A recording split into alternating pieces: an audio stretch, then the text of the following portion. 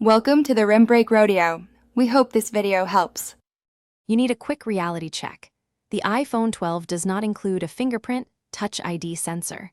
Once you confirm your model, make sure your Apple ID and passcode are ready because you'll switch to alternatives now. First, go to Settings and open Face ID and Passcode. This is where you manage biometric access. If you prefer a tactile unlock, get an Apple Watch or set a strong passcode. Knowing this avoids wasted setup time and gets you the fastest secure unlock available. You'll set up Face ID as your fingerprint replacement. Open Settings, tap Face ID and Passcode, and enter the device passcode. Tap Set up Face ID and follow on-screen guidance. Hold the phone at arm's length, align your face in the frame, then slowly rotate your head to complete both scans.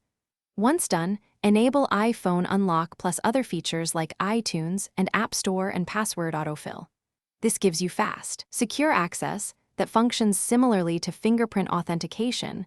Finish by testing unlock and app payments, lock and wake the phone, then authenticate with Face ID. If it does not work reliably, reset Face ID and repeat the enrollments, making sure ambient lighting and angles are varied during scans. To cover masks or partial failures, enable Unlock with Apple Watch in Settings. Also register an alternate appearance and set a strong passcode so you always have fallback access.